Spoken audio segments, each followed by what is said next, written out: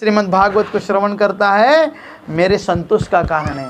अगर भगवान संतुष्ट हो जाए तो यस्मिन तुष्टे जगत तुष्टे, पूरा जग संतुष्ट हो सकता है, लेकिन अभी तक भगवान संतुष्ट नहीं है ना, ऐसा है। फिर कहते हैं वैष्णवाणाम तु शास्त्राणि ये अर्चयन्ति गृहे नरा सर्व पाप विनिर्मुक्ता भवन्ति सूरवंदिता।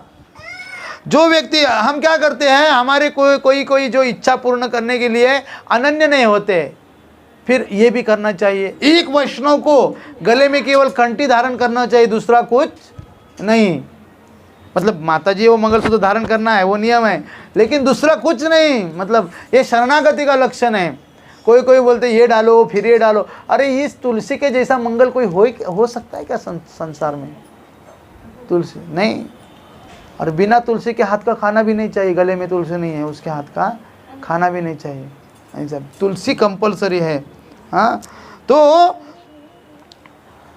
वैष्णवाणाम तो शास्त्राणि ये अर्चयन्ति गृहे नरा सर्व पाप विनिर्मुक्ता भवन्ति सूरवंदिता। तो हमारे कोई जरूरतें पूर्ण के लिए इस देवता के पास जाते, उस देवता के पास जाते नहीं।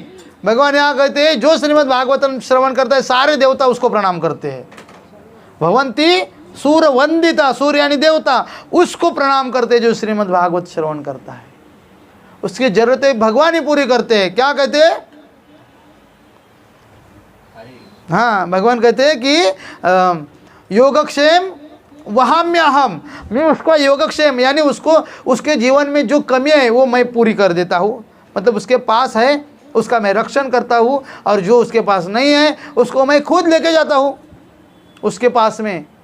बाकी किसके सामने हाथ फैलाना वैष्णव का कर्तव्य नहीं है। वैष्णव का एक ही कर्तव्य है, भगवान को प्रसन्न करना। अगर भगवान हमारे एक्टिविटी से अगर भगवान प्रसन्न हो जाए ना तो उसे भक्ति कहते हैं। हम प्रसन्न हो जाए इसके लिए नहीं है। जैसे राधा रानी के पास गए थे ना, भगवान का पेट दुख रहा था, तो नारद मुनि गए थे, सबके पास बोले, भगवान बोले मेरे भक्त की अगर रज मिल जाए और मेरे माथे पे लगाओ ना तो मेरा पेट दर्द करना दूर हो जाएगा। तो सब रानियों के पास गए थे, कथा सुनी होगी, लेकिन बाद में गोपियों के पास गए, किसी ने नहीं दिया। नरक में जाना है क्या हमें? गोपियों के पास गए, फिर राधा रानी के पास गए, कोई भी गोपी, मतलब सब बोले अरे ले लो ना, हम नरक में जाने के लिए तैयार है। अगर भगवान संतुष्ट है तो वो अच्छे हो जाए, हमें नरक में ले जाने के लिए तैयार है। इसलिए तो भक्ति कहती है। इसलिए भगवान कहते हैं मैं तो ऋणी हो गया जन्म जन्म का। गोपी गीत पढ़ेंगे ना, उसमें कहते हैं मैं ऋणी हो गया। भगवान कहते हैं आपका मैं ऋण कभी भी, इसलिए हमको भी वही पदवी लगी है। पदवी यानी क्या बोलते हैं? गोपीर भरतार पद कमल योर दास दास दासानुदास, गोपियों के पति, इसलिए गोपी लगा है। गोपियों के जो पति है उनके दासों के दासों के दासों के दास है हम, और जितना दासों के दास होगा उतना वो ऊंचा रहेगा। लेकिन आज भौतिक जगत में जितना दासों का दास रहेगा वो नीचा रहेगा, लेकिन आध्यात्मिक जगत में वो ऊंचा रहता है जितना नीचे दास होता है। प्रभु जी हरे कृष्ण, है ना? ऐसी भावना होनी चाहिए। प्रभु जी ऐसी रहेगी तो उसके जैसा गर्विष्ठ कोई नहीं है। अहंकार अभिमान उसके हृदय में है नहीं, लेकिन झुकना चाहिए। इसलिए तो वो श्लोक कौन सा पता है? चैतन्य शिक्षाष्टकम में 3रा श्लोक हम नित्य प्रति मॉर्निंग में करते हैं ना, हाँ बोले तृणादपि सुनीचेना तरोरिव सहिष्णुनाम अमानिन मानदेन कीर्तनीय सदा हरि। यही मतलब एक महाराजा आए थे गौड़िया मठ से। मैं प्रश्न पूछा, मतलब कम से कम 15 साल पहले हमारे गोपीनाथ में महाराज आए थे गौड़िया मठ से, महाराज से मिलने के लिए। बहुत सारे महाराज आते मठ से, वृंदावन से आते, महाकाल से आते। तो उनसे मैं मिला, महाराज जी मेरा नम्रता कब आ जाएगी, महाराज मेरा जब कब होगा। मैं ऐसे पूछा, कोई वैष्णव को पूछना ही चाहिए, अगर है तो भी पूछना चाहिए, बारंबार प्रश्न पूछने चाहिए, अगर उत्तर है तो भी पूछने चाहिए। प्रभु जी ये नम्रता का प्रतीक है। तो उन्होंने यही श्लोक बोला और हमारे महाराज यही श्लोक बोलते हैं हमेशा ये, और चैतन्य महाप्रभु यही बोलते कि जब तक ये तृणदपि भाव नहीं आएगा नाम नहीं होगा। इसलिए नित्य श्रवण करेंगे ना तो तृणदपि की भावना आएगी, क्योंकि वैष्णव का चरित्र है। जो अहंकारी थे उनको कैसा फल भोगना पड़ा, दुर्वासा मुनि की कथा है और बहुत सारे कथा है इसके अंदर। हाँ, फिर कहते देखे, नित्यम मम कथा यत्र तत्र तिष्ठन्ति वैष्णवः कलिबाया नरास्ते वै ये अर्चयन्ति सदा मम। जहाँ नित्य मेरी कथा होती है, नित्य मम कथा यत्र, मतलब जहाँ मेरी कथा, जहाँ जिस स्थान में, या मंदिर में हो या वन में हो या ट्रेन में हो, कहाँ भी हो, जाते वक्त कथा करते हैं ना, कथा हो गए, भगवान को आना ही पड़ता है वहाँ। तो भगवान कहते हैं सारे वैष्णव भी आ जाएंगे। अगर राजा आ जाए तो अकेला राजा आता है क्या? उसके साथ में उसके मंत्री, फिर हाथी घोड़े पूरे आ जाते हैं ना। तो भगवान के वरिष्ठ जितने भी मंत्री संतरी सब है, हाँ, सब शुक मुनि आ गए, फिर प्रहलाद आ गए, फिर ध्रुव आ गए, सबको आना ही पड़ता है क्योंकि भगवान है वहाँ। तो क्या कहते, तिष्ठन्ति तत्र तिष्ठन्ति वैष्णवः, सारे वैष्णव वहाँ, शाश्वत वैष्णव वहाँ आ गए। कलियुग आया, फिर कलियुग कैसे रह सकता है? और जितने भी विपत्ति आ रहे हैं ना, ये सब कली का प्रयोग है ना, कली का प्रयोग है। लेकिन आपको अभी कली का अनुभव हो रहा है। हाँ, एक अनुभव होगा, वो पता है, कुंभकर्ण की पत्नी आएगी यहाँ जरूर सुलाने के लिए सबको कथा में। फिर ऐसा सबको आने लगेगी थोड़ी नींद। वो उसके पति को मारा है ना भगवान रामचंद्र ने, कुंभकर्ण को, तो बदला लेने के लिए आएगी। सबके कान में मैं कथा जाने नहीं दूंगी, और कान में जाएगी कथा, इसलिए वो सर पे आके बैठती है। तो सब ऐसे हो जाते फिर कथा में, तो कान में कथा नहीं जाएगी तो बेचारे का उद्धार नहीं होगा। ऐसे कहते हैं, जब कथा शुरू हो जाते हैं ना, तो सब पाप थर थर ऐसे पूरे, मतलब अगर किसी को भयंकर बीमारी हो जाता है ना, जैसे ठंडी में होता है ना पूरा, ऐसे पाप थर थर आते हैं हमारे शरीर में। फिर उनके सबकी काउंसलिंग मीटिंग हो जाती है, सारे पाप आ जाते हैं वहाँ। फिर वो मीटिंग करते हैं, अभी क्या करेंगे, इसको सुलाना है। अगर सुलाएंगे तो सुनेगा नहीं, अगर ये कथा सुनेगा तो हम मर जाएंगे। कथा सुनेंगे तो पाप मर जाएंगे ना, पाप नष्ट हो जाते। तो बेचारे फिर भी वो मीटिंग करते हैं, अभी ऐसा सब एकत्रित हो जाते हैं और बोलते हैं चलो सबके सब इसके सर पे जाके बैठेंगे, और सारे पाप सर पे आके बैठते हैं। सबको नींद आ जाते हैं, नींद आने के कारण कथा कान में नहीं जाते हैं, फिर उसके पाप उसको छोड़ के नहीं जाते। इसलिए पूरा प्रयास करना चाहिए, नींद नहीं आनी चाहिए। मैं भी प्रयास करूँगा, टाइम पे ही बोलूँगा, उससे ज़्यादा आगे नहीं जाऊँगा, नहीं तो सब फिर कथा का अपराध भी होता है। अभी कितना बोलता है, खत्म भी नहीं करता है। ऐसा अगर भावना है तो भी कथा क्या आसक्ति चला गया, कथा के प्रति अपराध हो गया। इसलिए सब मर्यादा में होनी चाहिए। कथा के नियम आगे है, बहुत बताए।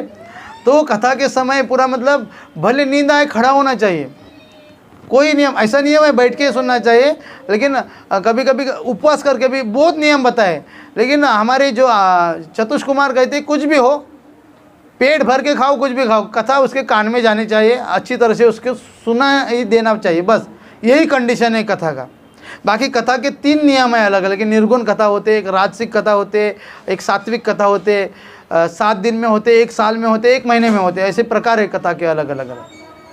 लेकिन ज़्यादा कोई नियम नहीं रखना चाहिए कथा में, केवल कथा सुननी चाहिए बस।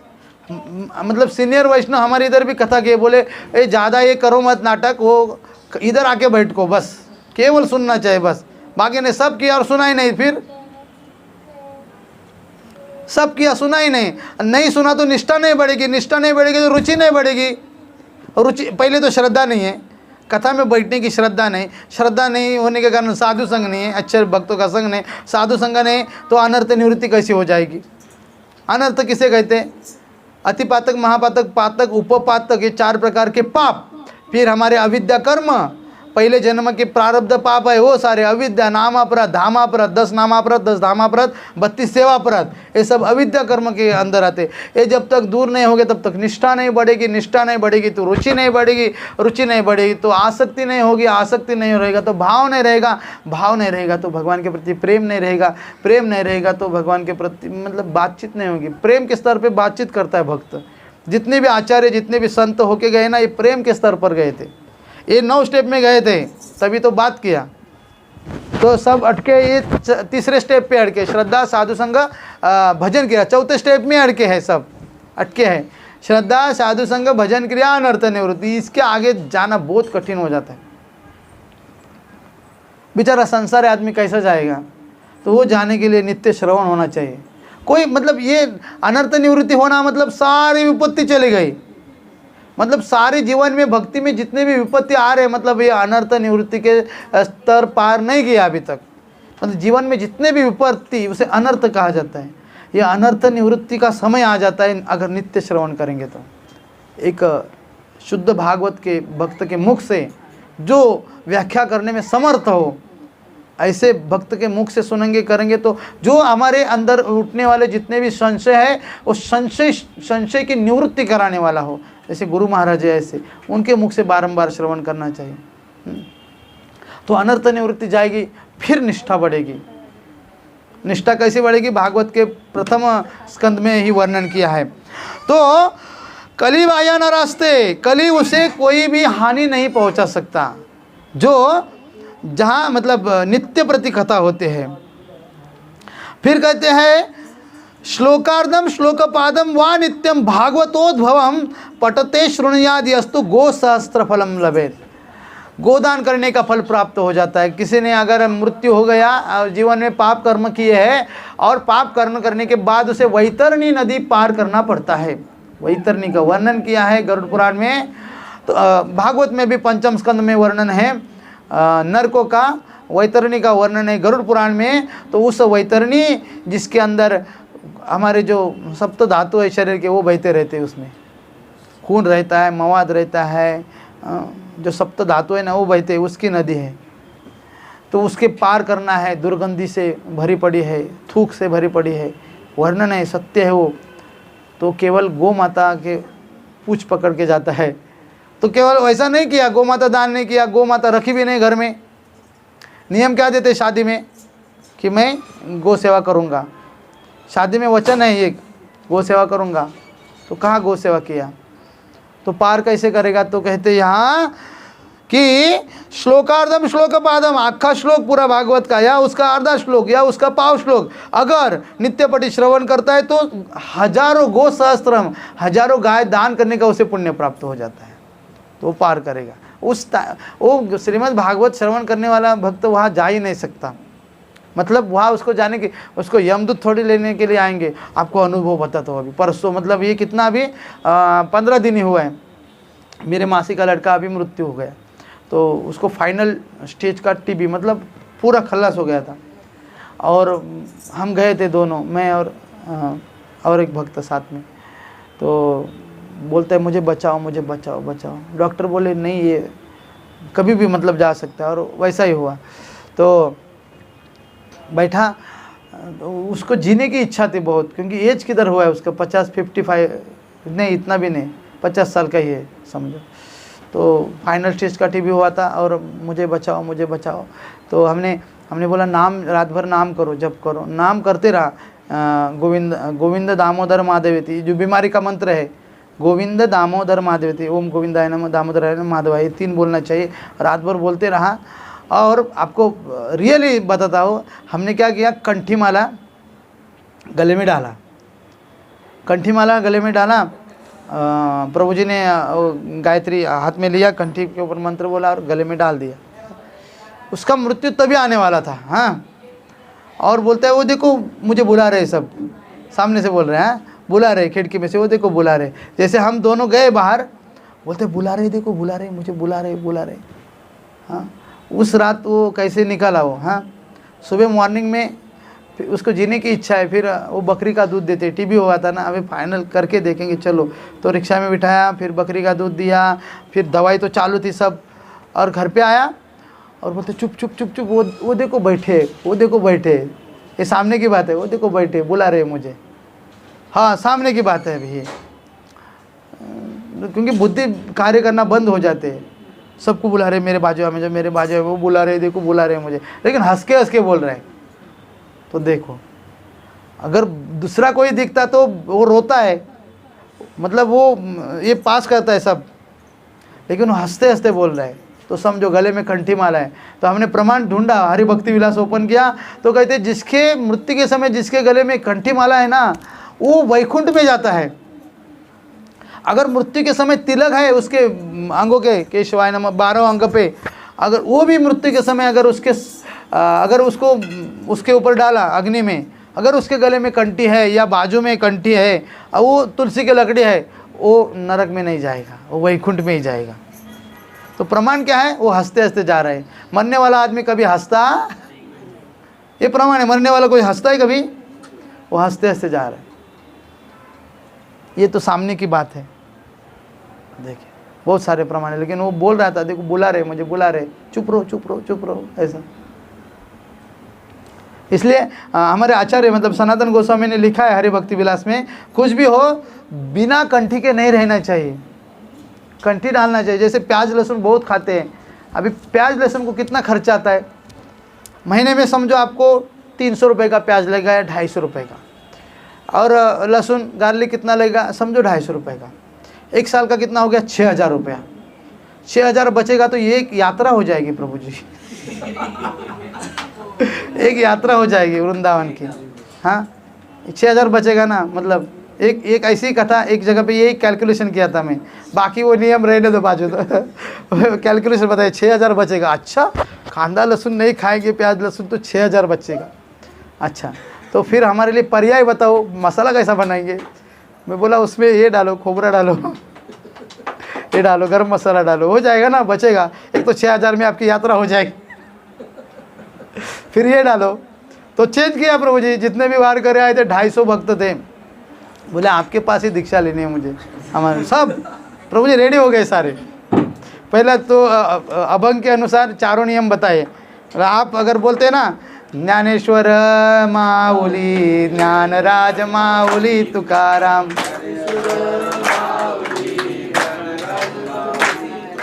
ज्ञानेश्वर माऊली, ज्ञानराज माऊली तुकाराम। ठीक है, ये दो बोलते, जितने भी वार करिए 2 बोलेंगे ही, बिना ज्ञानेश्वर और तुकाराम महाराज के बोलेंगे नहीं। लेकिन बोलने से होता है क्या? उन्होंने क्या बताया है हमारे लिए? उन्होंने बताया, ये बताया मतलब प्याज नहीं खाना चाहिए, लहसुन नहीं खाना चाहिए, सारे अभंग में बताए। जो हमारे गौड़ीय संप्रदाय में फॉलो करते हैं वो सब, क्योंकि ऐसा कहा जाता है कि चैतन्य महाप्रभु से ही दीक्षा लिया था संत तुकाराम महाराज, और ये भक्तिविनोद ठाकुर लिखे हैं। अभी इतने वरिष्ठ आचार्य लिखे हैं ना, तो उसका खंडन कोई नहीं कर सकता है। और वो भक्तिविनोद ठाकुर, उनके अंदर 4 प्रकार के दोष नहीं हैं। ब्रह्म प्रमाद विप्रलप्सा कारणा बटाओ, मतलब भ्रमित होना वैष्णव के अंदर नहीं बात है। ये भ्रमित हुआ है ना, वो कभी भी झूठा ही लिखता है, लेकिन जो भ्रमित नहीं है ना, वो असली बात लिखेगा। तो उन्होंने तुकारामाचार्य करके लिखा है भक्तिविनोद ठाकुर हमारे एक ग्रंथ में, मैं पढ़ा हो। तो चैतन्य महाप्रभु की शिष्य है, और जो भी दिया है उनके अनुसार ही दिया है, लेकिन मराठी में दिया है, मराठी में दिया। और जो हमारे नियम है ना, वो सब वारकरी में है। तो बोला कैसे वार करी? वार करने वाला वार करी है ना वार करने वाला वार कर, किसके ऊपर? अज्ञान के ऊपर वार करने वाला वार कर। अगर आपके पास मतलब सिद्धांत ही पता नहीं, तो आप कैसे वार कर सकते हैं? वार करे यानी वारी करता है, चलते चलते पंढरपुर में जाता है। लेकिन अगर वार करे शब्द की व्याख्या करें तो बहुत अनेक भी निकल सकते हैं। तो मैं इस प्रकार की व्याख्या करता हूँ, वार करने वाले वार करें। तो नियम ही फॉलो नहीं करे कैसे होगा? एकादशी के दिन फरसान खाते हैं, फरसान, ये कैसा वार करे हो गया प्रभु जी? नहीं, ऐसा चलता है। नित्य उन्होंने संत तुकाराम महाराज बोले ना कि नित्यम गीता भागवत, तो भागवत है ही नहीं उनके पास, कैसे वार करी? उसको शोपच कहा गया जिसके पास भागवत नहीं है, चांडाल कहा गया जिसके पास भागवत नहीं है। तो डर गए सारे, डर गए मतलब बैठे थे डर गए, ये नहीं थे लेकिन डर गए। अरे ऐसा भी है क्या? हमको तो अभी तक किसने बताया नहीं है प्रभु जी। तो ये मैं बोला, मैं मेरे मन का नहीं बता रहा हूँ, ये सामने गाथा का है, मेरे पास अभंग भी है, इधर लाया भी है मेरे पास है पूरा, वो कोर्स बना के रखा है मैं तो ये देखिए संत तुकाराम महाराज बोल रहे हैं, आप फॉलो नहीं कर रहे तो आप वार करे नहीं है। अच्छा, तो फिर फॉलो करने लगे, फिर भागवत लिया, सेठ लिया। मतलब जब तक भागवत नहीं आप वार करे हो ही नहीं सकते। नहीं पांडुरंग के भक्त है, नहीं ऊपर के, नहीं नीचे के, बीच में अटक रहेंगे, ऐसे नहीं होगा। अगर आपके अंदर सब इतनी सारी विपत्ति आ रही है, समझो आपके पास भागवत नहीं है, नहीं गीता नहीं है। गीता है किसके पास? तो नहीं गीता नहीं है, ज्ञानेश्वरी है। ठीक है, ज्ञानेश्वरी है, रहने तो चलेगा, कोई बात नहीं, ज्ञानेश्वरी भी गीता ही है। लेकिन वो अगर समझ में नहीं आएगी तो ये इतना आसान से बनाए लीजिए ना, मेरे पास 6 गीता है अलग अलग। हमारे एकदम भारी अगर गीता पढ़नी है तो विश्वनाथ चक्रवर्ती ठाकुर, उसके बाद हमारे प्रभुपाद की आती है, लेकिन प्रभुपाद जी ने और एक्सप्लेन किया है मतलब समझने के लिए। लेकिन अगर भक्ति एकदम दृढ़ करना है तो ये है विश्वनाथ चक्रवर्ती ठाकुर, उनकी सारार्थ वर्षिणी कमेंट्री है, मस्त गीता है प्रभु जी, वो उसका प्रेम बढ़ेगा।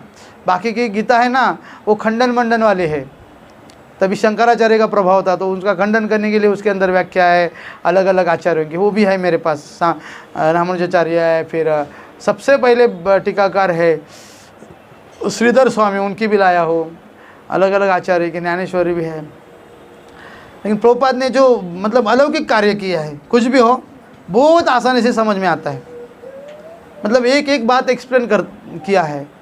ऐसे भागवत भी मैं ऐसे ऐसी व्याख्या है ना भागवत के अंत, इसके 29 कमेंट्री इसके ऊपर, भागवत के ऊपर तात्पर्य, प्रभुपाद ने इसके अंदर 13 कमेंट्री लिया है एक भागवत के अंदर, 13 आचार्यों की कमेंट्री।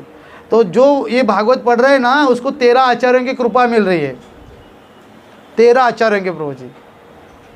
ऐसे इतना दिव्य भागवत है प्रभु जी, भागवत रहेगा वहाँ कोई विपत्ति हो सकती है ना, नहीं हो सकती, हो ही नहीं सकती कभी।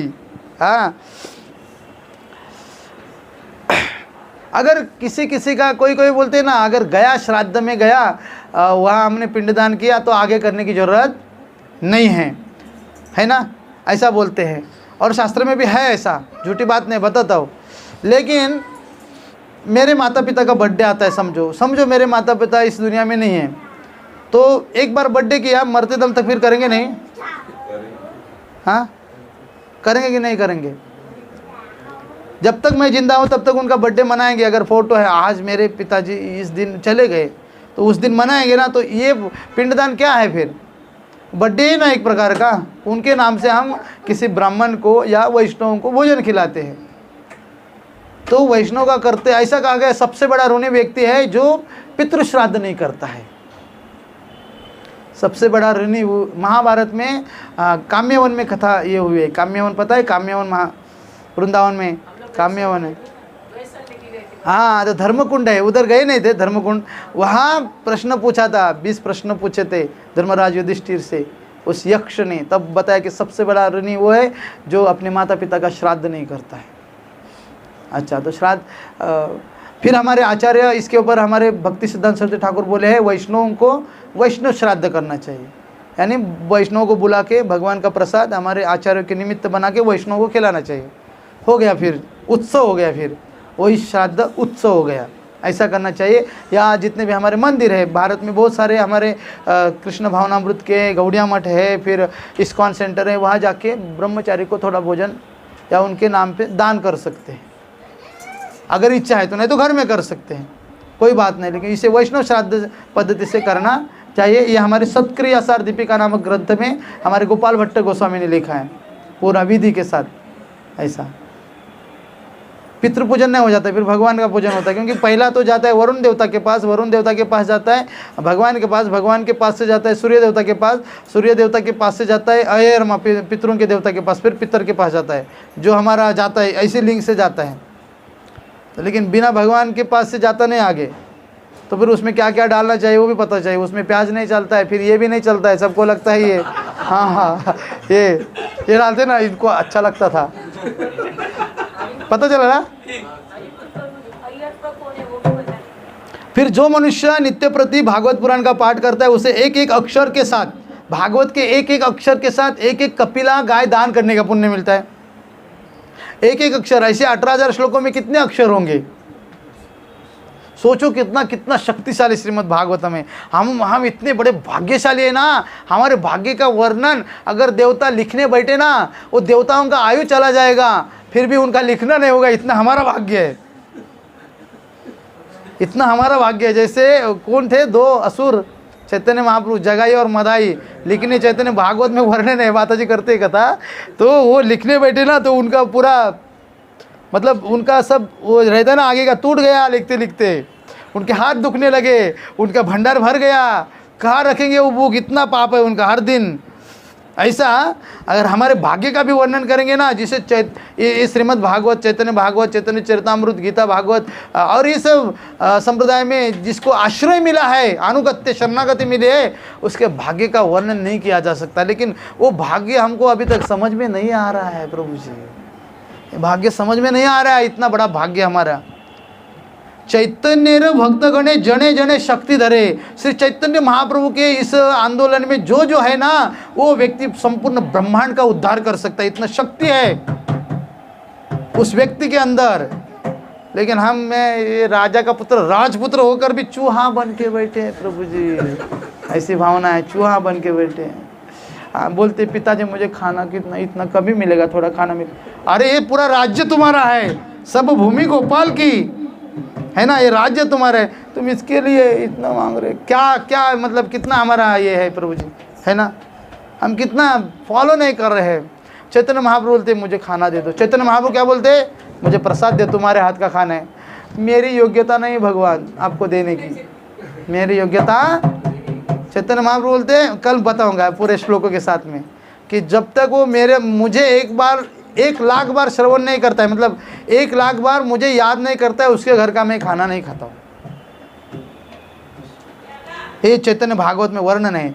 जगन्नाथपुर में सब भक्त भिक्षा के लिए बुलाते थे, महाप्रभु आज मेरे घर में आ जाए। आप बोलते नहीं, मैं लक्षाधीश के घर पे खाना खाता हूँ, जो लक्षाधीश लाखोंपति है। तो बेचारे ब्राह्मण सारे नाराज हो गए, अरे हमारे पास तो 1 सहस्त्र भी नहीं, 1,000 रुपये नहीं, लाखों की बात कर रहे हैं आप। तो कहते पता है आपको लक्षाधीश कौन है, जो दिन में 1,00,000 बार मुझे याद करता है, वो लक्षाधीश है, उसके घर का मैं भोजन ग्रहण करता हूँ, बाकी के घर पे नाई आई अन्य घर। बोलते नहीं, मैं दूसरे के घर में नहीं खाता। तो फिर कहते हमारे पास योग्यता नहीं भगवान, आप ऐसे ही रहो, अंदर रहो, मैं मेरा करता हूँ। ऐसा है। तो सारे जितने भी प्रॉब्लम्स इसी कारण होते हैं। जब जाएंगे ना, सबसे बड़ा झगड़ा आध्यात्मिक कार्यों में हो जाता है, क्योंकि भगवान संतुष्ट नहीं है प्रभु जी, इसी कारण हो जाता है।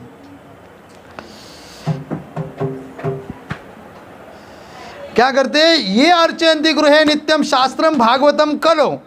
क्या करते, अस्फुटोयन्ति वल्गन्ति तेषाम प्रीतो भवाम्यहम। अगर वो मल रहता है ना, आ जाओ आ जाओ, ऐसा करता है ना मल, पूरा आ जाओ, चलो चलो करते हैं ना, आपने देखा WWF क्या क्या करते हैं उस पर, WWE और F जो, तो उसमें कहते करते आ जाओ, पूरा ऐसा ताल ठोकते हैं ना। उसी प्रकार भगवान कहते हैं, जो लोग कलयुग में अपने घर के भीतर कलो भागवतम नित्यम, गृहे कहाँ गया, गृह यानी घर में, जैसे अभी कथा घर में हो रहे हैं ना, तो गृह शब्द आया है। यह अर्चयंती, अर्चयंती यानी इसकी अर्चना करते, अर्चना यानी इसको श्रवण करते, इसके अर्चना को श्रवणम कहा गया है। तो जो श्रवण करते कलयुग में, घर में, याद रखे घर में, कलयुग में, घर में नहीं करते, इसलिए प्रभुपाद ने कृपा करके, हमारे आचार्य ने कृपा करके, भक्ति सिद्धांत सरस्वती ठाकुर यानी कृपा करके मंदिरों में कहा गया है। घर में तो करते नहीं है, उनको काम से फुर्सत ही नहीं मिलती पूरी, इतना काम रहता है। कोई घर को कहते यमराज का घर है, ये हमारा घर नहीं है, क्योंकि काम खत्म ही नहीं होता है, काम खत्म ही नहीं होता है घर का, होता है कभी, इसलिए उसे यमराज का घर भी कहा करते हैं। क्या गृह अंधकूपम कहा गया है भागवत में। हमारे प्रहलाद महाराज कहते हैं गृह अंधकूपम, एक घर अंधकूप यानी बड़ी बावड़ी रहती है ना, कुआं रहता है ना, कितना ऊंचा कुआं है और वो भी अंधेरा है, उसमें पानी नहीं है। अगर कोई गिरेगा ना, अगर आदमी पानी रहेगा तो तैर सकता है अंदर, लेकिन बिना पानी के कुएं में, वो भी अंधेरे कुएं में गिरेगा तो क्या होगा। ऐसा हमारा है स्थिति। हमारा स्थिति कैसे पता है, बंदर क्या करता है पता है, बंदर क्या करता है, जंप मारता है ना, यहाँ पेड़ से उधर। अगर वो बंदर, जंप मारने वाला बंदर पागल रहेगा तो, अगर उस पागल बंदर को थोड़ा सा दारू पिलाया तो कैसा जंप मारेगा। अगर वो दारू, एक तो बंदर जंप मारता है, उसमें वो पागल है, वेड़ा है, पागल, और उसको दारू पिलाया और उसको उसने बिच्छू ने काटा, कैसा होगा। एक तो बंदर है, वो कूदते रहेगा, फिर वो पागल है, फिर उसमें उसको दारू पिलाई, मतलब कुछ भी मद्यपान किया, और उसमें उसे बिच्छू ने काटा, तो क्या करेगा उसे ही नहीं पता चलेगा। वैसी स्थिति हमारी है, क्योंकि भागवत को हमने एक्सेप्ट नहीं किया है अभी तक। इसलिए आज से ही इस भागवत को देखकर आंखें बंद करिए और भगवान से प्रार्थना करिए इस भागवत रूपी श्री कृष्ण भगवान को कि आज से मैं बिना रुके, हाँ आज से मैं, ऐसा वचन करते क्या, आज भगवान सुबह का नाश्ता मैं आज से छोड़ दूंगा, ऐसा वचन करते क्या कोई? नहीं। उसी प्रकार वचन ले लो, आज से मैं नित्य प्रति भागवत श्रवण करूंगा, चाहे 24 घंटे में एक बार मैं करूंगा। आप करिए हृदय से प्रार्थना, करे आंखें बंद करिए, ऐसा संकल्प। अगर ये अच्छे के लिए है ना, आज कुछ भी हो, अरे इतना 24 घंटा दिया और श्रवण नहीं करते, मेरे जैसा पापी कोई नहीं भगवान, आप ही पतित पावन है, कृपा करिए। कोई किसी प्रकार की विपत्ति आ ही नहीं सकती तीन त्रिकाल में, मतलब ऐसा कोई नहीं जिसने भागवत की शरणागति की है उसके मतलब उसे विपत्ति में पड़ना पड़ेगा, ऐसा कोई है ही नहीं। ऐसा कोई उदाहरण ही नहीं है पूरे शास्त्र में जिसने इसका श्रवण आश्रय ग्रहण किए हैं। तो भागवत कथा से पहले आपने कोई आए नहीं थे, पहले ही बताया, रोग मुक्ति के लिए, धन प्राप्ति के लिए, ऐश्वर्य प्राप्ति के लिए, यश प्राप्ति के लिए, कोई ऐसी बात नहीं जो भागवत से प्राप्त नहीं हो जाए, लेकिन उतनी श्रद्धा होनी चाहिए। और इस श्लोक के साथ, प्रमाण के साथ बोल रहा हूँ, ये श्लोक जो केवल भागवत को देखकर प्रणाम करता है ना, अभी कौन सा श्लोक था ये पूरा बताता हूँ। यावत दिनानि हे पुत्र शास्त्रम भागवतम गृहे। अच्छा, एक पहला श्लोक रह गया कि ये ऐसे कलयुग के सामने ऐसा करते, वल्गंती अस्फोटयंती, ताल ठोकते, आ जाओ कलयुग, तुम मेरा कुछ बिगाड़ नहीं सकते। जिसने भागवत की शरण ग्रहण किए ना, उसका कलयुग कोई बिगाड़ नहीं सकता। और कहते यावत दिनानि पुत्र शास्त्रम भागवतम गृहे तावत पिबंति पितर क्षीरम सर्पिर मधुदकम। जब तक यह श्रीमद् भागवत घर में उपस्थित है और व्यक्ति इसे श्रवण करता है, तब तक उसके पितर अच्छा अच्छा भोजन ग्रहण करते हैं। जिस स्थिति में है वहाँ उनको तड़पना नहीं पड़ता है, नहीं तो तड़पना पड़ता है बेचारों को। जो देते नहीं ना उनको पिंडदान, मतलब पिंडदान देना मतलब क्या, उनको अन्न देना, और अन्न नहीं दिया तो उनको थोड़ी उधर बनाते हैं। नहीं, बनाने का कार्य केवल इस मृत्यु लोक में पृथ्वी के ऊपर है, बाकी नहीं। देवताओं को भी नहीं बना सकते, क्योंकि इनको यहाँ जो यज्ञ किया जाता है तभी उनके अमृत प्राप्ति होती है, नहीं तो उनको नहीं। ये सब यहाँ, ये कर्म भूमि है यहाँ, बाकी भोग भूमि है, तो उनको यहाँ देंगे तो मिलेगा उनको। तो हम यहाँ पिंडदान नहीं करेंगे तो नहीं मिलेगा, लेकिन उसके बदले अगर भागवत श्रवण किया तो मिलेगा, और मिलेगा अच्छा अच्छा, केवल भागवत श्रवण करने से। हाँ, दृष्टवा भागवतम दूरा, दूर से अगर व्यक्ति श्रीमद् भागवत को अगर देखता है तो कहते प्रकमेत सम्मुखम ही है, ऐसा सामने सामने जाता है भागवत के, चलते चलते पदे पदे अश्वमेधस्य फलम प्राप्त्योत्यो संशयम, कि इसमें कोई संशय नहीं है कि उसे एक पग पग पर अश्वमेध यज्ञ का फल प्राप्त होगा। फिर कहते हैं जो व्यक्ति इस भागवत को देखकर खड़ा हो जाता है और आदर के साथ प्रणाम करता है, उत्थाय प्रणमेद यो वही श्रीमद् भागवतम नर, जो उठकर इस श्रीमद् भागवत को प्रणाम करता है, जो व्यक्ति, नर यानी व्यक्ति, धन पुत्रान तथा दारान, उसे क्या कहते हैं, भगवान कहते हैं उसे मैं धन देता हूँ। अभी कौन कौन खड़े हो गए, सबको धन मिलेगा? ऐसा हो ही नहीं सकता, शास्त्र का प्रमाण है। धन पुत्रान, उसे पुत्र मिलेगा, तथा दारान, अगर किसका विवाह नहीं हो रहा है ना, दारा यानी उसको मतलब विवाह होगा, स्त्री। फिर कहते हैं प्रददाम्य अहम, मैं देता हूँ उसके मतलब जीवन, भगवान मतलब ऐसा कुछ व्यवस्था करेंगे, प्रमाण है। भगवान की बात कभी असत्य नहीं होती, इसलिए इसे शब्द प्रमाण कहा जाता है। हाँ, तो उसे मैं देता हूँ। और कहते क्या, भक्तिम च प्रददाम्य अहम, उसे सर्वश्रेष्ठ भक्ति दे देता हूँ। तो उसको करना है, बबी ये करना, ये टिक मारो, ये चाहिए, ये चाहिए, ये चाहिए, ये चाहिए। अभी आप करो कौन सा चाहिए, सब चाहे तो सब भी मिलेगा, सब उनके हाथ में है। फिर कहते हैं महाराजोपचारेस्तु श्रीमद् भागवतम सुत शृण्वन्ति ये नरा भक्ता तेषाम वश्यो भवाम्यहम।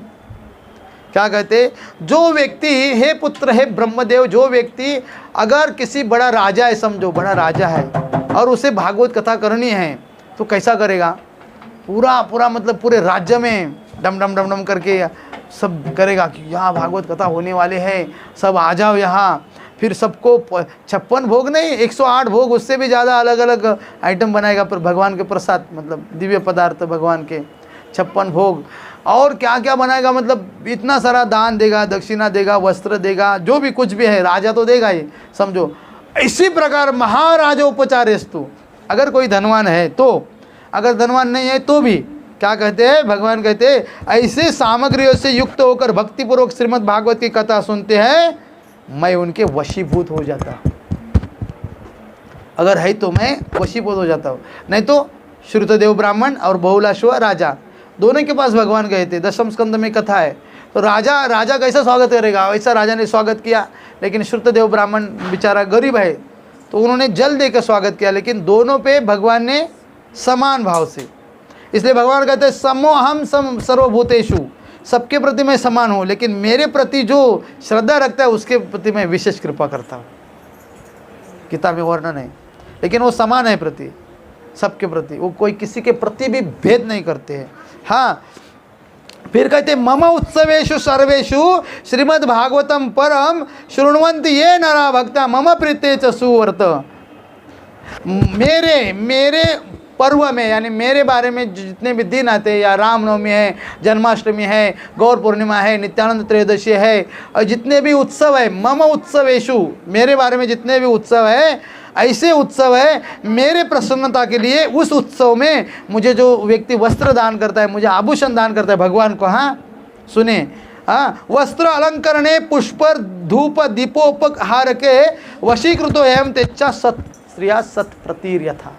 भगवान कहते हैं मेरे पर्वों से संबंधित जितने भी मेरे उत्सव व्यक्ति करता है, उस उत्सव में मेरे संतुष्टि के लिए मुझे धूप दान करता है, वस्त्र दान करता है, दीप दान करता है, मुझे आभूषण, मुझे अलंकार दान करता है, और इतना करने के बाद भी श्रीमद् भागवत की कथा श्रवण करता है। उसे एक पतिव्रता स्त्री अपने पतिव्रत के बल से अपने पति को वशीभूत करते, उसी प्रकार भगवान कहते हैं मैं उसको वशीभूत हो जाता हूँ। हरे कृष्ण तो बोले हरे कृष्णा कृष्णा कृष्णा हरे हरे, हरे राम राम राम। एक श्लोक रह गया, यच्छन्ति वैष्णवो भक्त्या वैष्णवे भक्त्या। बिना श्लोक का नहीं बोलूँगा क्योंकि नियम क्या है, श्लोक बोलना चाहिए, क्योंकि एक एकम अक्षरम पुंसा महापातक नाशनम। एक एक श्लोक हमारे कान में जा रहा है ना, हमारे महापातक नाश हो रहे हैं। इसलिए बिना श्लोक की भागवत कथा नहीं होती, जितनी भी हो जाए श्लोक के साथ हो जाए। तो यच्छन्ति वैष्णवे भक्त्या शास्त्रम भागवतम ही कल्पकोटि सहस्त्राणि मम लोके वसंति ते। जो लोग विष्णु भक्त पुरुष को भक्तिपूर्वक भागवत शास्त्र समर्पित करते हैं, अगर विष्णु भक्त कोई किसी को भी नहीं देना है, भागवत दान भी करना है तो विष्णु भक्त के पास देना चाहिए, और किसी को भी देते वो रिटर्न आता है, रिटर्न आता है ना, बहुत देखा है कि वो वापस मंदिर में जाके देते हैं।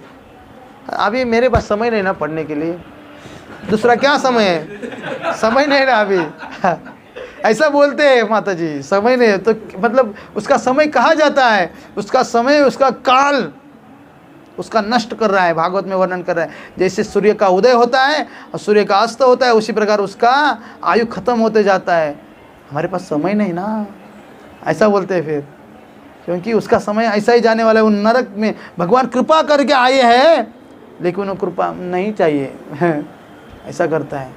अरे अगर कोई दान दे रहा है ना, या भिक्षा में दे रहा है ना, ऐसा मतलब याचना करनी चाहिए कि मुझे भागवत की प्राप्ति हो जाए, लेकिन अभी तक उसका मतलब क्या कहते हैं, यहाँ वर्णन है, आगे श्लोक है, 1 करोड़ जन्म 1 कोटि सहस्त्राणि कहा गया। 1 करोड़ जन्म, अगर वो मनुष्य के जन्म उसमें उसने पुण्य कार्य किया है, क्योंकि पुण्य कार्य मनुष्य जीवन में किए जा सकते, बाकी का कैसे, क्योंकि बाकी की भोग भूमि है। ऐसे 1 करोड़ जन्म किसी ने पुण्य किया है, उस पुण्य का जब उदय हो जाता है तब उस व्यक्ति को श्रीमद् भागवत शास्त्र की प्राप्ति हो जाती है। 1 सहस्त्र भी नहीं बोले, 1 करोड़। 1 करोड़ कैसे, आगे श्लोक है, कल उस श्लोक के साथ बताऊंगा, लेकिन उसके पहले बताता हूँ। 1 करोड़ जन्म, समझे ये मनुष्य जन्म मिला है, इसके बाद अगर ये गवा दिया तो 84 हो गए, फिर गाय का शरीर या बैल का शरीर, उसके बाद फिर मनुष्य का, फिर ऐसे जाएंगे, फिर मतलब कितने 1 करोड़ ऐसे जन्म जाएंगे, उसका पुण्य एकत्रित होगा, तब श्रीमद् भागवत की प्राप्ति होगी। मतलब जो भी बैठे हैं ना प्रभु जी, ये सत्यम सत्यम वदाम्य अहम, मैं सत्य सत्य कहता हूँ इस भागवत के अनुभव के बल पर। और भागवत ही कहता है कि उसे 1 करोड़ जन्म का पुण्य एकत्रित होता है, तब ये श्रीमद् भागवत की प्राप्ति होती है। तो आप बैठे कोई साधारण व्यक्ति नहीं है, क्योंकि भागवत कोई भी साधारण नहीं हो सकता जो बैठा है, और मेरे मन की बात नहीं बोल सकता मैं, क्योंकि ये व्यासासन है और व्यासासन से सत्य ही बोला जाता है। बिना व्यास का कुछ इधर शब्द नहीं बोलना चाहिए, ये नियम है। व्यासासन से जो व्यास मुनि ने बताया वही बोलना है, इसलिए उसे व्यासपीठ या व्यास आसन कहा जाता है। हरे कृष्णा कृष्णा कृष्णा हरे हरे, हरे राम राम राम हरे हरे। ऐसा 7 दिन तक सुनेगा ना, इतना आनंद आता है ना, इतना आनंद। ये तो पूरा नहीं होता है, आयु चला जाएगा लेकिन ये पूरा नहीं। हरि अनंत, हरि कथा वो अनंत है। तो जब तक ज्ञान भक्ति वैराग्य इनकी कथा नहीं होती है, फिर धुंधुकारी की कथा नहीं होते, तब तक भागवत को शुरुआत नहीं करनी चाहिए। ये तो पहले प्रमुख 31 श्लोक लिए मैंने अभी भागवत के, और सब जगह पे श्रद्धा जागृत करने के लिए ये श्लोक काफ़ी है, एक श्लोक भी काफ़ी है। उनकी श्रद्धा, मतलब पहली तो श्रद्धा जागृत करनी चाहिए। केवल डायरेक्ट भागवत श्रवण करने से नहीं होता है, पहली श्रद्धा जागृत होनी चाहिए। तो इस श्रद्धा से ही पूरा उसका अनर्थ चला जाता है। इतना प्रेम बढ़ता है कि अभी मैं जाके भागवत ले लूँगा मंदिर में जाके। हाँ, इससे बड़ा श्रेष्ठ क्या है फिर। अगर किसी को जलेबी खाने की आदत है और अच्छे, अगर किसी ने डायरेक्ट दे दिया इतना सारा, खाओ तुम जितना खाना है, कितना आनंद होगा। भागवत में जलेबी की या सब प्राप्ति हो जाती है। ऐसी कोई चीज़ नहीं जो भागवत से प्राप्त नहीं होगी। अनुभव तो करके देखे, पढ़ के देखे, तब ऐसा बोलते हैं अनुभव बताने से अच्छा अनुभव करना चाहिए व्यक्ति को। मैं एक सीनियर वैष्णव से पूछा था, प्रभु जी आपको इसका अनुभव क्या आया? मतलब प्रभु जी अनुभव बताने से अच्छा आप खुद करो। मुझे बोले वक्रेश्वर पंडित प्रभु, बोले आप इसका खुद अनुभव करो। अनुभव बताया नहीं जाता है, अनुभव करना चाहिए। अभी आपके मन में अनुभव क्या, मुझे कैसे पता? मुझे कैसे पता? आपको अनुभव आया, और हर एक व्यक्ति को अनुभव आता है लेकिन भूल जाता है। कलयुग है ना, उसको वो ऐसा, उसका दिमाग ऐसा पकड़ लेता है ना, उसको ऐसा समझो हम घर में भागवत है लेकिन अभी मैं पढ़ूंगा, तब तक कोई दूसरा काम आ जाता है। तब तक ऐसा काम आता है कि भागवत को हाथ ही नहीं लगता, फिर 1-1 महीना तक हाथ नहीं लगता है। क्यों? कली बाधा पहुंचता है, उसको करने नहीं देता है। हाँ, मंद सुमंद मतयो मंद भाग्या ही उपद्रुता, क्योंकि मंद है, फिर उसमें भी अति मंद है, सुमंद। आगे आएगा एक श्लोक, उसके अनुसार व्याख्या करूँगा। तो पहला भागवत का जो महात्म्य है भक्ति ज्ञान वैराग्य, और ये इतना दिव्य है, जो ये श्रवण करेगा उससे उसकी भक्ति बढ़ेगी, उसका ज्ञान बढ़ेगा और उसका वैराग्य बढ़ेगा। अभी भक्ति क्या है? भगवान के प्रति प्रेम करना। अगर भक्ति बढ़ेगी ना तो ज्ञान अपने आप आ जाता है, उसको अलग से प्राप्त करना नहीं पड़ता है। ऐसा कहा गया ज्ञान है ना एक पवित्र वस्तु है, लेकिन वो ज्ञान है ना भगवान के प्रति होना चाहिए तो ही पवित्र है। संत ज्ञानेश्वर महाराज बोलते कि ज्ञान सबसे बड़ा पवित्र है, लेकिन वो जो अगर भगवान के प्रति नहीं है ना तो केवल ज्ञान का आभास मात्र है, वो ज्ञान नहीं है। बड़े बड़े ज्ञानी है ना, वो बोलते ये देव देव मत करो, ये भगवान भगवान मत करो, ये सब बैकवर्ड है, ये बैकवर्ड लोग है सारे लोग हैं ना, ये सब पिछले, मतलब ये अभी का साइंस का ज़माना है। क्या बोलेंगे? अभी तो साइंस है। साइंस का अर्थ क्या है? मॉडर्न साइंस फिर बोलेंगे।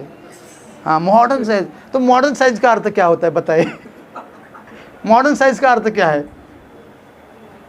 बड़ा विज्ञान बोलते, विज्ञान अभी चांद पे गया मनुष्य, तुम धरती पे रहो पहला। अब बोलते साइंस मतलब ऐसा साइंस। साइंस का अर्थ क्या है? साइंस का अर्थ जो सत्य है वो सत्य बताना, यानी उसे विज्ञान कहा जाता है, परिपूर्ण ज्ञान। लेकिन इनका ज्ञान कैसा रहता है? रिसर्च। आगे लिखता है क्या? रिसर्च, मतलब इनका अभी शोध चालू है। लेकिन हमारा पहले ही बताया पृथ्वी कैसे है? भूगोल सपाट है क्या? पहले से कितना साल, वो उसका भी स्टैचू भी है। हाँ, किसने अपने दाढ़ पर उठाया है? वराह भगवान। तो पहले से ना भूगोल, और शास्त्र में बताया है भूगोल है। तो परिपूर्ण तो क्या इसके अंदर देखिए, हमारे पुराण है ना, जो 6 शास्त्र कहा गया है उसमें इतिहास है, उसमें रामायण है। इतिहास कौन सा? केवल ये इतिहास में 2 ही ग्रंथ है। कौन से?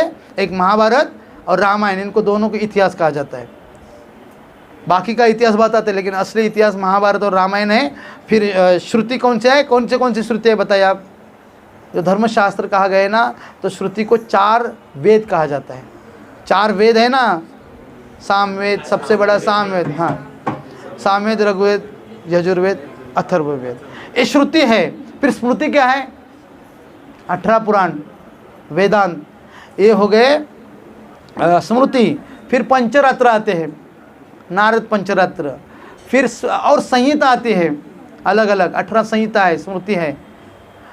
उसमें मनुस्मृति है, आपस्तंभ स्मृति है, वशिष्ठ स्मृति है, शुक्र नीति है, अलग अलग ऐसे है। इस सबको कह के इसमें ज्योतिष है, उसमें ज्ञान है, उसमें वैराग्य है, उसमें आयुर्वेद है, सारे इससे विज्ञान कहा जाता है। क्या कहते हैं इसे? विज्ञान, जो परिपूर्ण, इसमें भ्रमण नहीं है, इसमें प्रमाद नहीं है, इसमें विप्रलिप्सा नहीं है, इसमें करना पटाव नहीं है।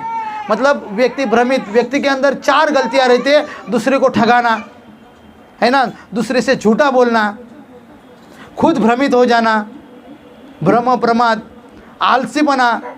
लेकिन ये शास्त्र में नहीं है। इसे जो ऐसी बात है ना जिसके अंदर ये चारों नहीं है, उसे विज्ञान कहा जाता है। क्या? तो बाकी का जो विज्ञान कहते हैं उसमें झूठ बोलने की आदत है। बंदर से मनुष्य बना, झूठ बोले कि नहीं? पहला बोला कि नहीं? बंदर से मनुष्य बना, पहला ही झूठ है। तो क्या फिर आगे का बात ही नहीं करना चाहिए। वो बोलते हैं मतलब ये देव करते हैं ना, ये सब बैकवर्ड है। तो मेरा मतलब फिर मतलब ये पिछले वाले तो पुढ़ार ले कौन है? मतलब आगे वाले कौन है? फिर पीने वाले, पब में जाने वाले, ये आगे वाले है क्या? फिर ऐसे करने वाले इसके बदला दूसरा लिया अभी, तंबाकू। ज्ञान भक्ति तीनों प्राप्त होगा, ये आख्यान सुनेंगे तो अभी का। सच्चिदानंद रूपाय विश्व उत्पत्त्यादि हेतवे तापत्रय विनाशाय श्री कृष्णाय वयं नुमः। तो आपको ये पहले श्लोक की व्याख्या तो पता है। जितने भी ग्रंथ है उसमें पहला भगवान को प्रणाम किया गया है। जैसे भागवत में इसी प्रकार का श्लोक है, जन्म आदि अस्य। जैसे इसी प्रकार ये श्लोक है, भगवान कैसे सत, सत्य यानी शाश्वत है, उनका कभी भी विनाश नहीं हो सकता। वो अनादिर आदिर गोविंद है, सत। फिर चित यानी उनको तीनों भूत भविष्य वर्तमान प्रेजेंट पास्ट और फ्यूचर तीनों का उनके पास ज्ञान है, इसलिए उनको चित कहा गया है। और आनंद यानी वो आनंद के सागर है, उनको दुख छू नहीं सकता है। एक ही दुख है उनको, केवल हम भक्ति में नहीं जा रहे, भगवान की सेवा नहीं कर रहे, यही दुख है। बाकी वो उनको दुख स्पर्श नहीं कर सकता। तो भगवान सच्चिद आनंद है और इस विश्व उत्पत्ति के पालन, उसका संहार और उसको क्रिएट करना उसके आदि कारण है। हाँ, फिर जो 3 प्रकार के ताप है, देवी दुर्गा के हाथ में जो त्रिशूल है, उस त्रिशूल को 3 धारे है, आगे टोक है, मतलब 3। तो उस तीनों के आगे के जो है ना शूल, जो आगे उससे 3 प्रकार के ताप देते हैं। तीनों प्रकार के, आदि दैविक, आदि आध्यात्मिक, आदि भौतिक क्लेश। ये तीनों प्रकार के क्लेश है ना, उसका विनाश करने वाले कौन है? वो भगवान श्री कृष्णाय वयं नुमः। उनको पहला मंगलाचरण में पहला ही उनको प्रणाम करते हैं। फिर कहते हैं दूसरा कौन है जिसने इस श्रीमद् भागवत परीक्षित महाराज को सुनाया? वो कौन है? शुकदेव गोस्वामी। यम प्रवचन्तम अनुपेत पेत कृत्यम द्वैपायनो विरह कातरा जुहाव पुत्रेति तन्मयतया तरो अभिनेदु स्तं सर्वभूतहृदयं मुनिमानतोस्मि। तो पहला भगवान को प्रणाम किया, फिर दूसरी बार सुत गोस्वामी ने इनको, शुकदेव गोस्वामी उनके गुरु है, उनको प्रणाम किया कि जिस समय शुकदेव गोस्वामी का यज्ञोपवीत संस्कार नहीं हुआ था, जन्म के बाद अलग अलग 16 संस्कार में से जो भी संस्कार है उनको किए जाते हैं, वो सब संस्कार उनके वैदिक संस्कार भी नहीं हुए थे और उनके लौकिक संस्कार भी हुए नहीं थे। जैसे अलग अलग राज्य में, अलग अलग गांव में अलग अलग प्रकार के संस्कार होते हैं, गांव के अनुसार उसे लौकिक संस्कार कहा जाता है, लेकिन शास्त्र में उसे वैदिक संस्कार कहा जाता है। तो दोनों संस्कार उनके नहीं हुए थे। और किसी भी प्रकार का अनुष्ठान का अवसर भी नहीं आया था, तभी उन्हें अकेले ही संन्यास लेने के लिए जाते देखकर वो संन्यास के लिए दौड़ पड़े थे। तो वो दौड़ने लगे और पिताजी व्यासदेव जी उनके पीछे पीछे दौड़ रहे हैं। पुत्र पुत्र कहाँ जा रहे हो, पुत्र कहाँ जा रहे हो? और पुत्र उनका आगे जा रहा है, आगे जा रहा है। तब हे पुत्र, हे पुत्र, हे पुत्र, तो जाते जाते बीच बीच में जो वृक्ष आते थे उनसे उनको प्रतिध्वनि आता था, हे पुत्र पुत्र, उनके ही कान में आवाज आ रहा था, प्रतिनिधि। ऐसे ही सुखदेव गोस्वामी है ना, ऐसे सर्वभूत यानी सबके हृदय में निवास कर सकते हैं सुखदेव गोस्वामी, और इस भागवत कथा में उपस्थित है अभी, समझो आप। क्योंकि बिना सुखदेव गोस्वामी के भागवत कथा होती नहीं है, बिना भगवान के भागवत कथा होती नहीं, भगवान आते ही है। तो ऐसे सुखदेव गोस्वामी को मैं नमस्कार करता हूँ, ऐसे सुत गोस्वामी कहते हैं। अभी कितना 3 मिनट है। नैमिषे सुतमासीनाम अभिवाद्य महामतिम कथामृत रसस्वाद कुशल शौनको अब्रवीत। एक बार नैमिषारण्य में भगवत कथामृत का रसास्वादन करने के लिए कुशल मुनिवर शौनक आदि, शुनक ऋषि, उनके पुत्र शौनक ऋषि प्रमुख है, उनके अंदर 88,000 ऋषि मुनि, 88,000, वे सारे श्रीमद् भागवत कथा सुनने के लिए बैठे हैं। तो अभी उनको श्रीमद् भागवत की कथा नहीं बता रहे, उन्होंने प्रश्न पूछा है। यहाँ उन्होंने सूर्य को नमस्कार किया और उनसे पूछा, एक श्लोक लेता हूँ और फिर कल लेंगे। शौनक उवाच अज्ञानध्वांत विध्वंस कोटि सूर्य समप्रभः सुताख्यायि कथा सारम मम कर्ण रसायनम। तो शौनक आदि ऋषिमुनि सूत गोस्वामी को प्रणाम किया, क्योंकि पहला प्रणाम किया जाता तद्विधि प्रणिपातेन परिप्रश्नेन सेवया उपदेशन्ति ते ज्ञानम ज्ञानिन तत्वदर्शिनम। गुरु के सामने कैसा जाना चाहिए? इस प्रकार के विधि से कि झुककर प्रणाम करना चाहिए, उनकी सेवा करनी चाहिए। तद विधि प्रणिपात यानी झुककर प्रणाम करना है, फिर परिप्रश्न, फिर उनकी सेवा करके उनको प्रश्न पूछना चाहिए, फिर वो जवाब देंगे, क्योंकि वो तत्व के ज्ञाता है, उन्होंने सब जान लिया है भगवान की कृपा से।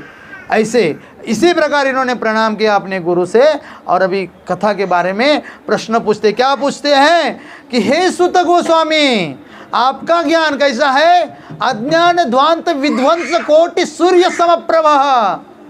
आपका ज्ञान अगर एक साथ इस आभा मंडल में एक साथ कितने करोड़ों सूर्य का उदय हो जाए तो कैसा होगा? तो मतलब अंधेरा रह सकता है? एक सूर्य से इतना सारा अंधेरा नष्ट हो जाता है, तो करोड़ों सूर्य का उदय हो जाए तो अंधेरा मतलब अंधेरा रहेगा ही नहीं। उसी प्रकार हमारे हृदय में जो अज्ञान का अंधकार है, आपका ज्ञान करोड़ों सूर्य के समान है, आपका ज्ञान करोड़ों सूर्यों के समान है। हाँ, आप हमारे कानों के लिए सुतख्यायि कथा सारम मम कर्ण रसायनम, आप हमारे कानों के लिए अमृत समान कर्ण रसायन, रसायन औषधि रहते हैं आयुर्वेद में, उस रसायन औषधों का पान करने से बुढ़ापा थोड़ा रुक जाता है व्यक्ति का। जो बोला ना लघु, अभी मैं नाम लिया था सुवर्ण वसंत मालती रस, ये भी रस है, रसायन औषधि। रसायन औषधि में आंवला भी आ जाता है, उससे अमल की रसायन बनाते हैं अलग अलग, तो जिससे व्यक्ति जल्दी बूढ़ा नहीं होता है, उसे रसायन औषधि यानी रस यानी अमृत। उसी प्रकार आप हमारे अमृत समान हमें कथामृत का पान कराइए। अभी कथामृत का कैसे पान करेंगे हम कल से सुनेंगे। हरे कृष्णा कृष्णा कृष्णा हरे हरे, हरे राम राम राम हरे हरे। अभी समय पे हो। आरती अति पावन पुराण की,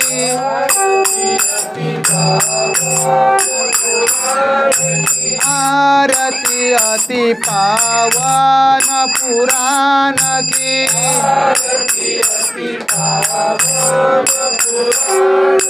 धर्म भक्ति विज्ञान खान की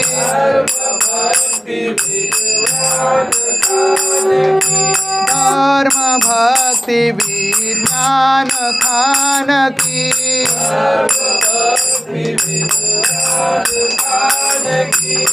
महापुराण भागवत निरमल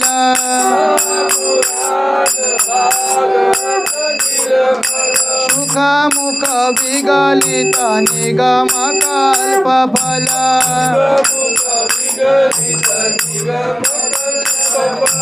सुख मुख विगलित निगम कल्प फल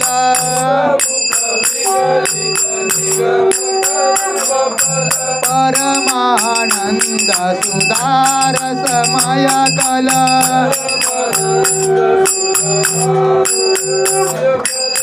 परमानंद सुधार समय कला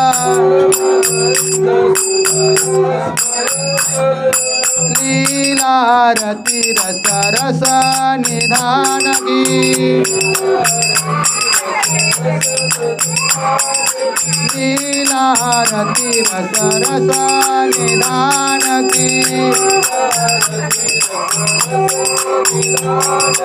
आरती अति पावना पुराण की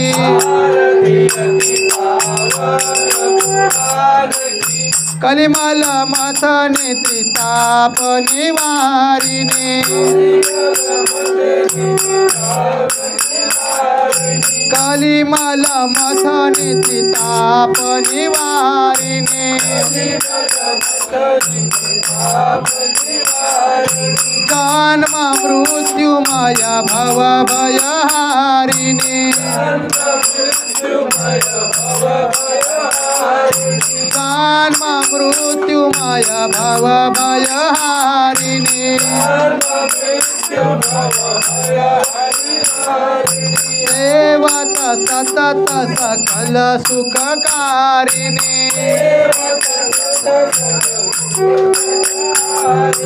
सेवत सतत सकल सुखकारिणे तुम औषधि हरि चरित गान की तुम औषधि हरि चरित गान की आरती अति पावन पुराण की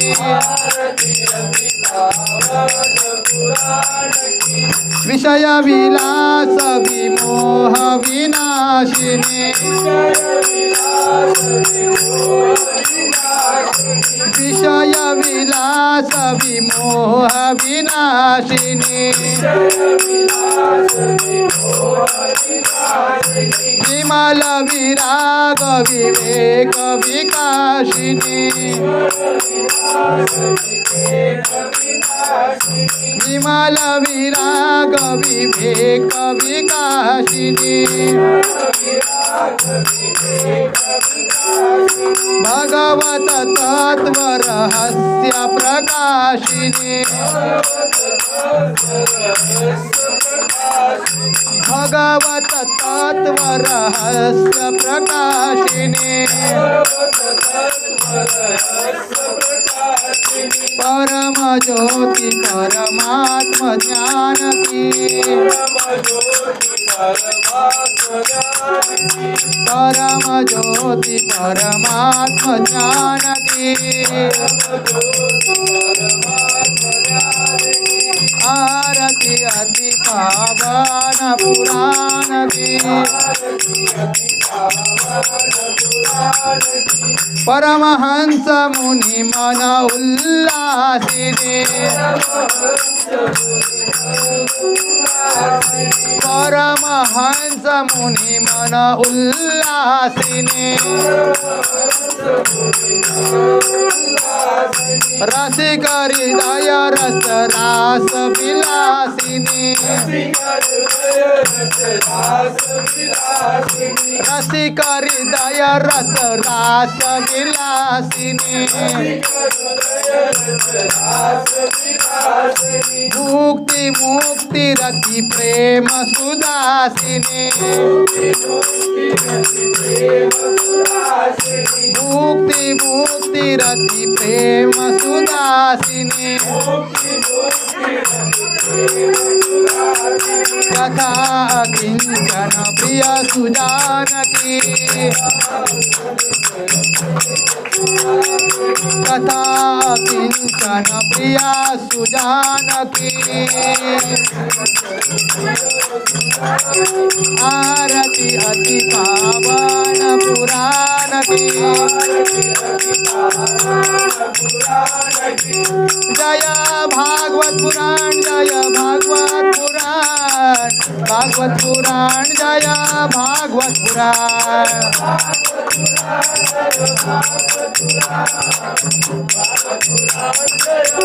जय भागवत धर्म जय भागवत धर्म भागवत धर्म जय भागवत धर्म